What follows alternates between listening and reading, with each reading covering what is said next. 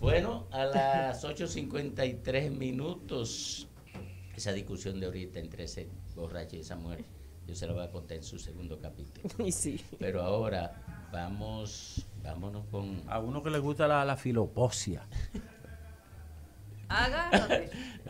el vino. pero Tú sabes que la cultura del vino es tan vieja, ¿no? Pisado, ¿no? Hecho con los pies, pisada, El la cristianismo uva. empezó con el vino. En el cristianismo el vino es... No, empezó con el vino. Pues, Con la ausencia de vino. Es verdad. O Caná de Galilea. El primer milagro fue la ausencia de Ah, las bodas de Canaán. Las bodas de Canaán convirtió el agua en vino. Oye, ese señor si era bueno. Necesario. Ahí están borrachos todos. Mira, bueno, Isidro no está atendiendo a esto, pero nada, nosotros sí. Ricardo y yo sí. Algún día. Él está en lo que debe. Está en lo que está en lo debe. que debe. Incluso este me tiene un incentivo conmigo. De verdad. Ay. Mientras tanto, vamos a con los incentivos de la palabra iluminada en la voz de mi amigo. Que le duele a alguno. Sí. Aunque le duele a alguno, aquí. Tu nuevo Ya. amigo. Sigue ahí. Don Federico Jovine. Gracias, Domingo. Buenos días, compañeros de cabina. Buenos días, amigos que nos escuchan. Quizá porque es Neruda el día de hoy, voy a comenzar mi comentario con un poema de Yeats, Premio Nobel de Literatura, que en el segundo advenimiento dice: dando vueltas y vueltas en la espiral creciente, no puede ya el halcón oír al halconero.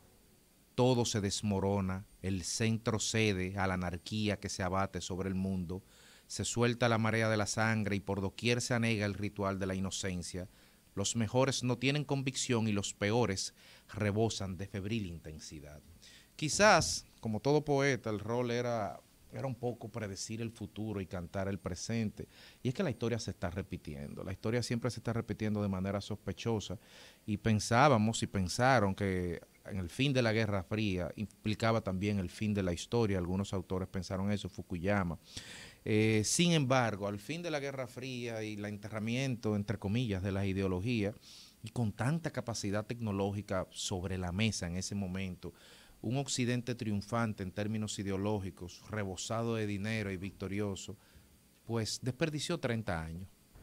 Desperdició 30 años porque ese Estado liberal triunfante, al parecer, no fue capaz de satisfacer necesidades básicas en los ciudadanos, de culminar la obra del estado de bienestar, sino que por el contrario entregó ese estado a las fuerzas del mercado y que sin ningún control fueron a hacer lo que mejor sabían hacer: acumular riquezas, generar beneficios, y eso a la larga, y cuando digo a la larga me refiero ya en el 2021, 30 años después, ha generado un proceso de exclusión, de inequidad y de frustraciones que cada vez es mucho mayor, porque la gente, al tener acceso a la tecnología, puede ver en tiempo real lo que no puede disfrutar, puede ver de lo que se está perdiendo, y eso puede hacer que hayan incentivos para quebrar el orden social y tratar de acelerar procesos de acumulación de capital, y eso explica quizá por qué la operación Coral 5G, por poner un ejemplo. Eso está pasando en todo el mundo, pero no solamente podemos reducirlo al plano material, tenemos que verlo más complejo todavía. Por eso estamos viendo que los extremos que la historia está pendulando entre los extremos. Y por eso vemos en Europa, por ejemplo, cómo con toda la bonanza los ingleses salieron con el Brexit, como Polonia, que ha sido pasto de la vulneración de los derechos humanos, está haciendo un viraje hacia la derecha, el mismo viraje que hizo Hungría con Orbán en su momento. Y en América no sabemos ni siquiera en qué pie estamos parados. Estamos viendo, por ejemplo, Venezuela radicalizando hacia la izquierda, hacia Nicaragua entregándose a la izquierda, pero en contrapeso también un Chile que se entrega a la derecha, un Salvador que está encarrilado hacia su propia ruta de destrucción, un Brasil que fue de un lado y que va a otro, y al final uno se pregunta, en medio de esta incertidumbre, ¿qué nos queda firme? ¿Sobre qué podemos esbozar políticas públicas? ¿Cuáles son los valores que tenemos que defender? Porque del otro lado del mundo y del otro lado del espejo hay sociedades que no tienen estos procesos de cuestionamiento interno. La sociedad china, en términos ideológicos, es absolutamente monolítica. La sociedad islámica, a excepción de la división entre sunitas y chiita es absolutamente monolítica, y los valores de estas sociedades difieren de los valores de Occidente, sin entrar en juicio ni en categoría de valor.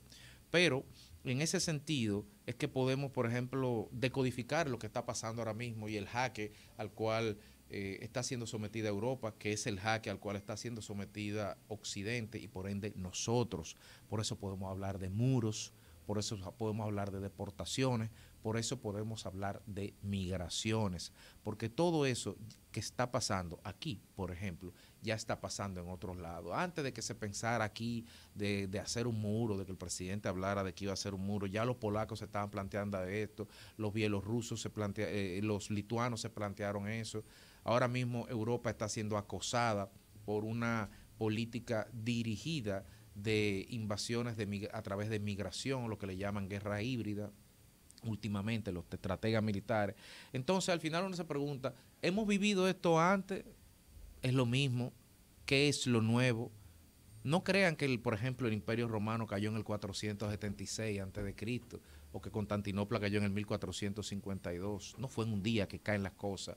Las cosas caen a través de un proceso acelerado o dilatado en una pendiente suave, y los que están viviendo ese momento no se dan cuenta que están transitando en la pendiente, porque ni siquiera pueden ver hacia dónde va el declive. Quizás estamos viviendo eso.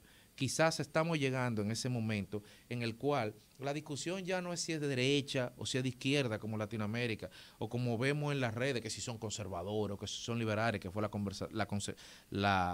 la discusión del siglo XIX, derecha e izquierda del siglo XX. Ahora los conservadores se han apropiado de la palabra porque todo es una guerra de etiqueta y se hacen llamar libertarios, y cualquiera que entre en las redes sociales ve cómo ahora la discusión es entre progres y fachas. Esos son los nuevos adjetivos en los cuales se quiere reducir la discusión y el debate ideológico, y las ideas son necesarias y el debate ideológico es necesario.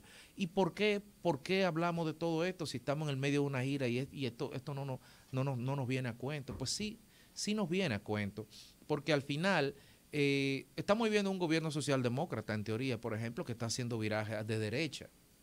¿Pero de derecha en qué plano? Porque entonces, ¿cómo vamos a diseccionar las actuaciones de los estados y de la política?